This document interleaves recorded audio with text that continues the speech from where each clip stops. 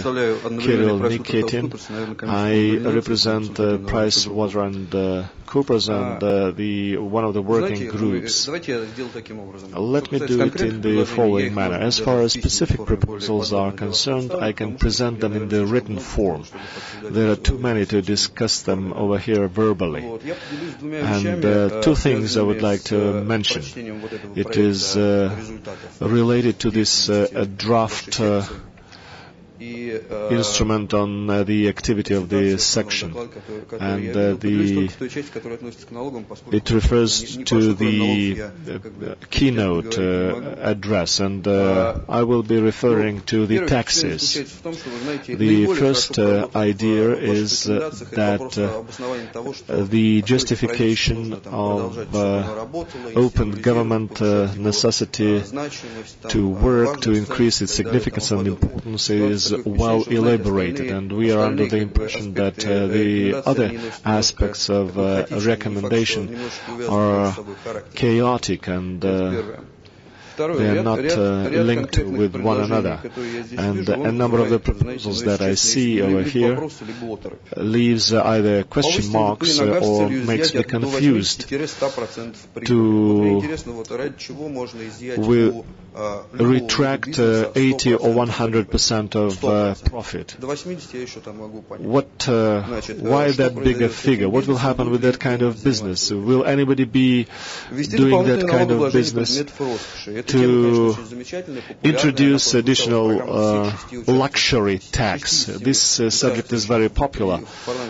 All the parties that participated in the elections were speaking about that. They were talking about the progressive tax rate, the luxury taxes, and each of the parties has their own views on what luxury is and how to do that, and then combating offshore companies and one-day companies, and it is just similar to homosexual and hemophilia campaign.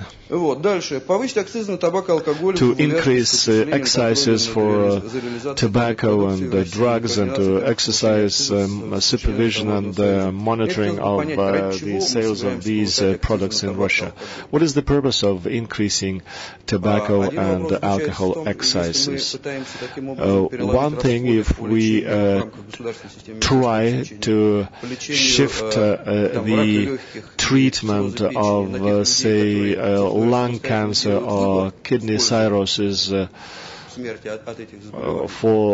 on those who make their choice, then it is one thing. We can do that, and it is in compliance with the WHO organization, and it is in compliance with the practices in the US, Australia, or anywhere else. But I never saw that kind of justification before. And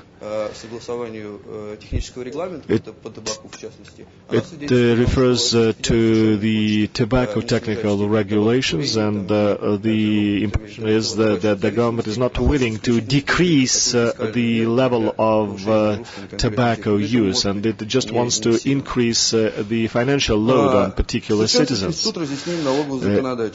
Another, developing the Institute of the tax legislature. It is just a general notion, and I think we should talk about what kind of framework should be used and how it is going to affect the stability of the investment, economic and business environment. If it is the preliminary coordination and approval seeking of the laws with the issuance of the certain instruments the system that exists in the Nordic countries, then it might stabilize the economic system, and it might reassure the taxpayers, and they might be working reassured after all. I have some other comments regarding this draft document, but I would like to make my input on what the discussions are over here. There are many proposals over here, but we would like to have it discussed, your own proposals that we can discuss over here in the audience. Yes, that's what I'm going to do. Two things, or rather one thing that affects or describes the economic and political situation that is linked to the taxes and tax system, which is at the periphery of the public discourse, and it is not a part of the civil discussion, with the exception of the say leisure tax. It is different. The situation is different to the U.S. Like Joe Palmer is discussing things with the president to be Obama in 2008, and the proposal of Herman Cain, like 999 system, is being discussed, or the proposals of the Chilean system instead of the insurance for healthcare adopted in the U.S. So many countries that have the representational democracy developed, the citizens over there are not only electors, not only voters, or not only consumers of the state services, but they pose in the capacity of taxpayers, actual taxpayers that make choices either to fill the tax declaration alone or with the partner they're living with, or there are a number of other choices that they make. But the Russian tax system is different in such a way that all the set of decisions on taxations is shifted to the business, and actually and economically our voters are not citizens, not individuals, but legal entities. And it is not a surprise that the economic policy is implemented in the interests of the legal entities, state business or private business, but it is not linked to the interests of the individual voters. And for us to switch over the discussion into the political domain, we should set up through institutional mechanism the link of the people behavior as the consumers of the state services and them as taxpayers. And there are possible ways and links.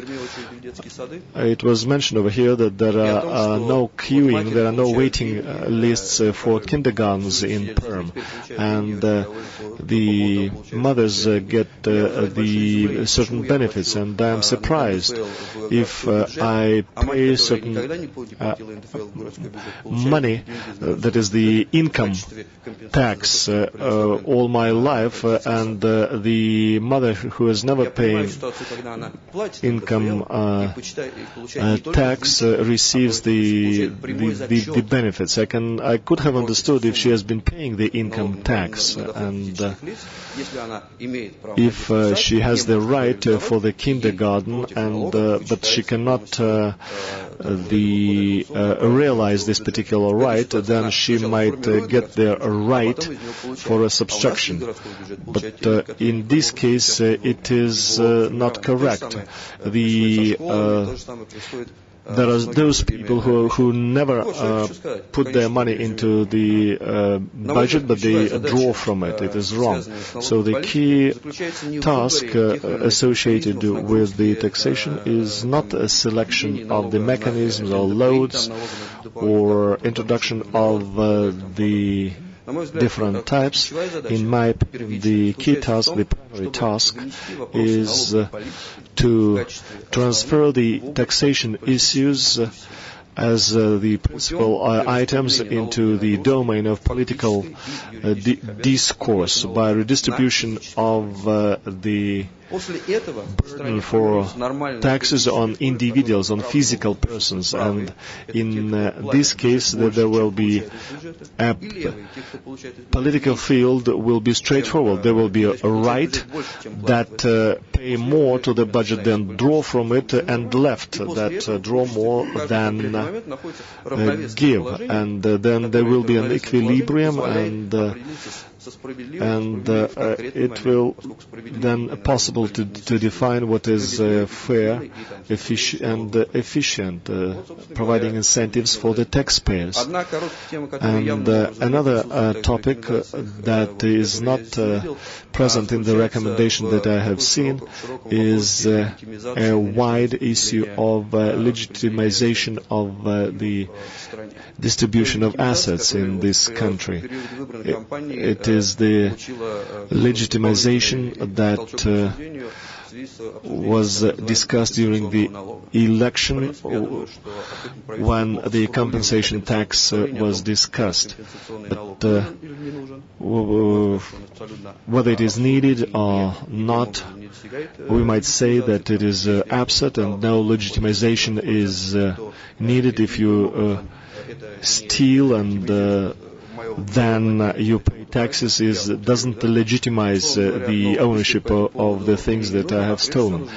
And then the opinion should be worried out on how to achieve the legitimization, to make a further step in the future to scrap, to withdraw the paternalistic model which is present in this society.